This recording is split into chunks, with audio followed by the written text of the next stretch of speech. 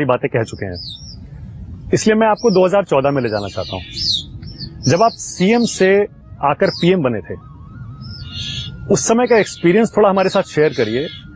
PM Narendra Modi ने CM Narendra Modi से कितना सीखा था? गुजरात का मॉडल आपने देश के मॉडल में कितना उतारा?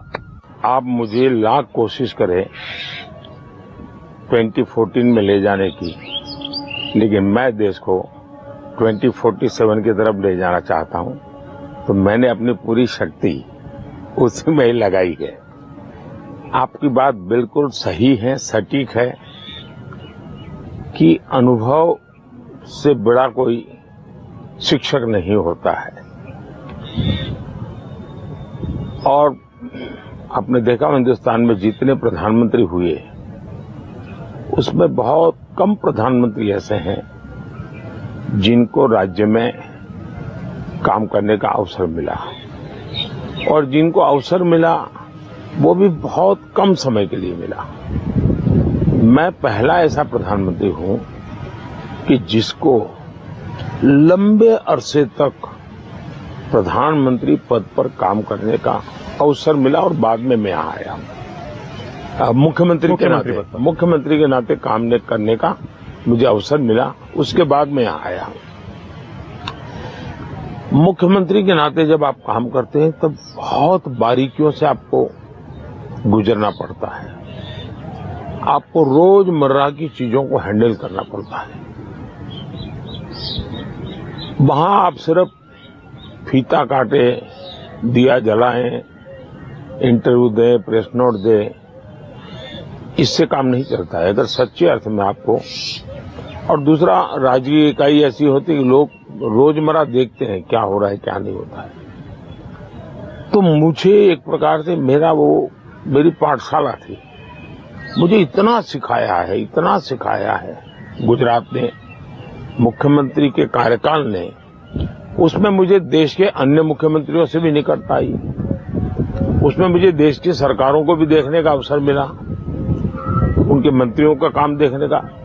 तो मैं भली भांति बड़ी बारीकी से एक मुख्यमंत्री के रूप में सब चीजें ऑब्जर्व करता था, और जिसको कहें ट्रू फेडरलिज्म, वो मैं वहीं से सीख के आया हूं।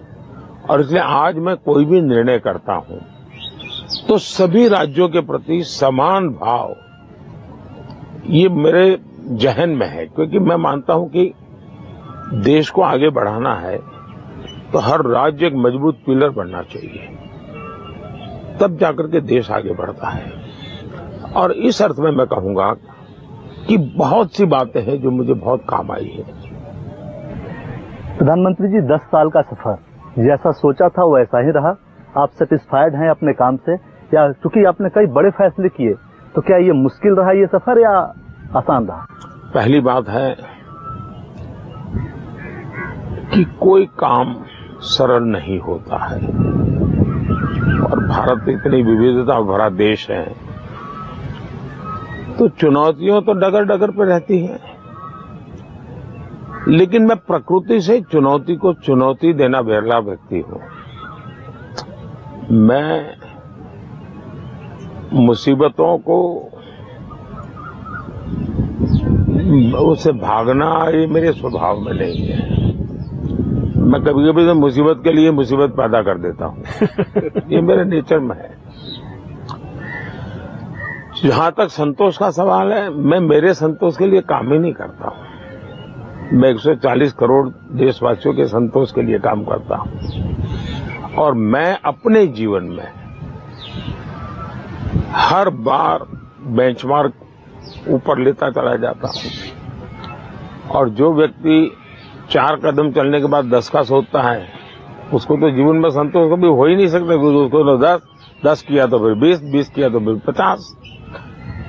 तो मैं निरंतर प्रगति के पक्ष में हूं, और जो निरंतर प्रगति में पक्ष में होता है उसको गति बनाए रखनी होती है, और गति जो बनाना चाहता है वो संतोष मान करके सो नहीं सकता है। प्रधानमंत्री जी, जैसे मैंने गुजरात मॉडल का जिक्र किया, विकास का, गवर्नेंस का, वो एक अपना अलग ही मॉडल था।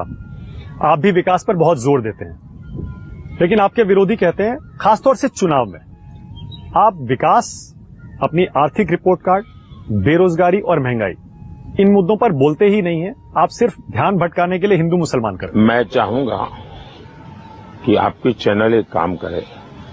सिर्फ मैंने चुनाव के समय जो भाषण किए हैं और चुनाव के समय जो मैंने इंटरव्यू दिए हैं, उसमें इन 3 शब्दों को लेकर के खोज कीजिए और उसमें जितना मैंने बोला है उसका कंपाइल करके रख दीजिए। होता क्या है जी, आप लोगों का काम है कि उनको काउंटर सवाल कीजिए। हिंदुस्तान आजाद हुआ, सबसे ज्यादा महंगाई कब थी? जरा कभी पूछिए इनको। अगर आपके मालिक आपको अनुमति दें तो आप जरूर पूछिए। श्रीमती इंदिरा गांधी जब देश में राज कर रही थी तब इस देश में सबसे ज्यादा महंगाई थी। दूसरा उनको पूछिए कि मनमोहन सिंह के समय कितनी महंगाई थी और मोदी के समय कितनी महंगाई है। तो आज हम सबसे नीचे हैं महंगाई के दर पर, सबसे नीचे हैं। तीसरा, पंडित नेहरू का एक भाषण है, यूट्यूब पर अवेलेबल है और मैं चाहूंगा कि आप हिम्मत करके उस यूट्यूब के भाषण को आपके स्क्रीन पर दिखाएंगे श्रोताओं के, जिसमें वो कहते हैं कि देश में महंगाई बहुत बढ़ रही है। मैं नेहरू के जमाने की बात कर रहा हूं, देश में महंगाई बहुत बढ़ रही है। लेकिन फिर आगे क्या कहते हैं, आप तो जानते ही हैं नॉर्थ कोरिया साउथ कोरिया में लड़ाई चल रही है और इसलिए हमें महंगाई सहनी पड़ रही है। उस समय न इतना ग्लोबलाइजेशन था, न नॉर्थ कोरिया साउथ कोरिया को ये इकोनॉमी ऐसी थी कि जो दुनिया पर प्रभाव पैदा करती थी। लेकिन उस जमाने में लाल किले से देश को समझाया गया था कि नॉर्थ कोरिया साउथ कोरिया की लड़ाई के कारण महंगाई है। आज तो दुनिया में जो लड़ाइयां चल रही है वो सीधी सीधी इकोनॉमी पर, जैसे यूक्रेन रशिया, वो फूड, फ्यूअल एंड फर्टिलाइजर तीनों पर सीधा इम्पैक्ट करती है। इसके बावजूद भी दुनिया में किसान को यूरिया करीब 3,000 रुपए की बोरी मिलती है, भारत में किसान को 300 रुपए में मिलती है। अब ये आप कभी दिखाएंगे नहीं, कोई चर्चा नहीं करेगा। दुनिया में हर चीज इतनी महंगी है, आपके अड़ोस पड़ोस के देशों में देख लीजिए, इसकी तुलना में भारत में सबसे ज्यादा कंट्रोल में है। दूसरा, हमारी कोशिश रही है कि नागरिकों को कुछ बचत के रास्ते भी खोज के देना चाहिए। जैसे आज 80 करोड़ लोगों को मुफ्त अनाज मिलता है, तो उनका एक प्रकार से फूड बिल एकदम नीचे आ जाता है, पैसा बचता है। हमने एलईडी बल्ब मूवमेंट चलाया, बिजली का बिल उसके कारण बहुत नीचे आता है और बिजली ज्यादा अच्छी मिलती है, ब्राइटनेस होती है उसमें, तो उसका पैसा बच रहा है। हमने जन औषधि केंद्र खोले, जो दवाई 100 रुपए में मिलती है वो जन औषधि केंद्र में 20 रुपए, 22 रुपए, 15 रुपए में मिल जाती है। मतलब उसका दवाई के बिल में 80% की बचत हो रही है। हमने उड़ान योजना चालू की।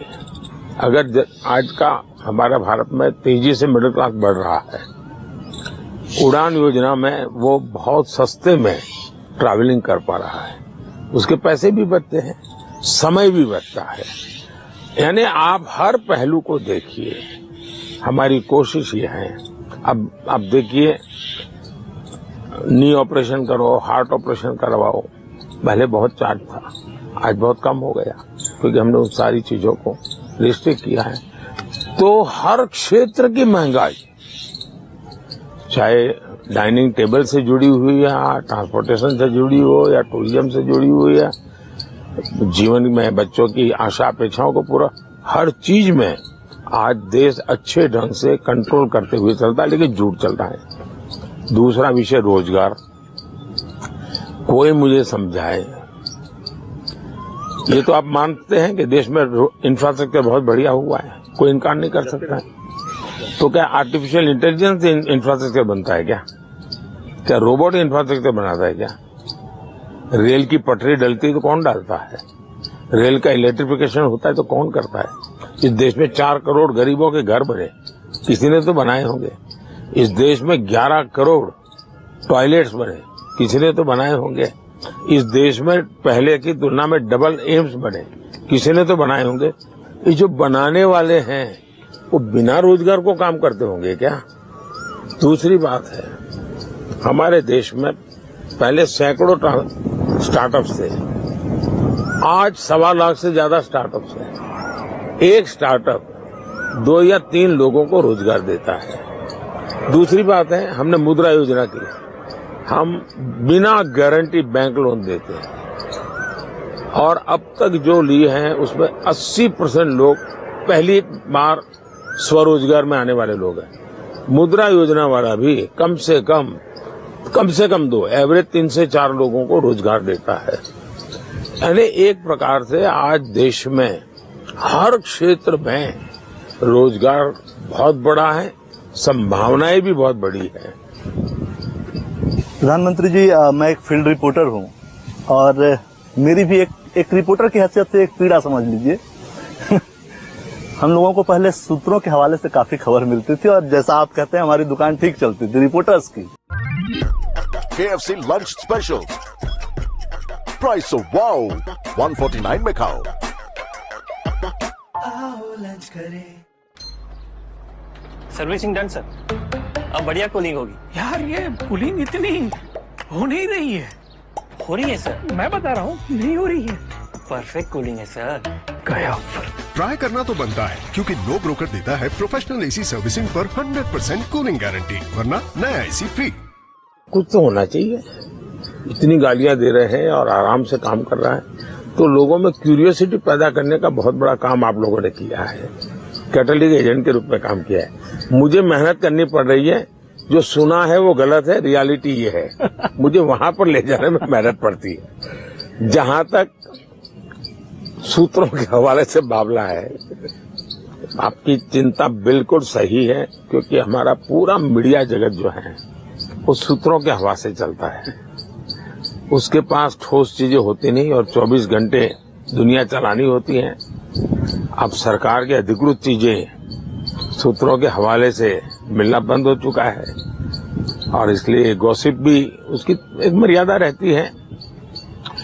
तो हमारे यहाँ तो हर प्रकार के लीकेज में प्रतिबंध है। जैसे पहले तो पैसों का भी लीकेज बंद है, खबरों का भी लीकेज बंद है। जैसे पहले तो कुछ खबरें मिलती थी तो उनमें ज्यादातर सही हो जाती थी।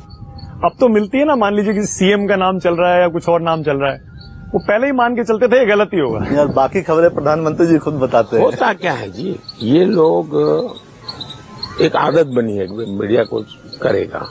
अब देखिए 4 जून के बाद आप लोग क्या करेंगे? इस विजय को नहीं मनाएंगे। कैसे विजय हुआ इसकी कोई चर्चा नहीं करेंगे। उसी दिन शाम को कौन मंत्री बनेगा और पूरा विवादों में घसीट के ले जाएंगे। इस विजय को एंजॉय नहीं करने देंगे, आप विजय को एस्टैब्लिश नहीं होने देंगे।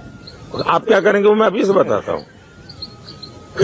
फिर आप गॉसिप चलाएंगे, उस राज्य में ये बनेगा, आपको मालूम है नहीं बनने वाला है, उसका नाम सबसे पहले डालेंगे तो वो भी माला वाला पैर के गुबले लग जाएगा और उसका नाम कट जाएगा। कटा रही है जी, बनने वाला ही नहीं है। आपकी एडवाइस पर सरकार नहीं चलती है। आप प्रधानमंत्री जी हमेशा एक मिशन मोड में क्यों रहते हैं? ऐसा लगता है कि जैसे आपको ये महसूस होता है कि काम बहुत ज्यादा है और आपके पास टाइम बहुत कम है। आपकी बात सही है, ऐसा नहीं होना चाहिए। लेकिन आपने क्रिकेट में देखा होगा, अगर शुरू के जो बैट्समैन होते हैं वे अगर फेल हो जाए तो आखिर के जो 6 नंबर 7 नंबर वाले हैं उसमें बड़ी मेहनत करनी पड़ती है, उसको कैसे भी करके मैच जितानी होती है। मेरे केस में ऐसा हुआ है कि करीब 60 साल तक सरकारें चलना तो छोड़ दीजिए, इतने गड्ढे किए थे। तो एक तो मुझे वो पुरानी जो खोट है, पुराने जो गड्ढे हैं उसको भरना है। दूसरा, मुझे इस वर्तमान को संभालना है और तीसरा, मुझे भविष्य की ओर तेजी से आगे बढ़ना है।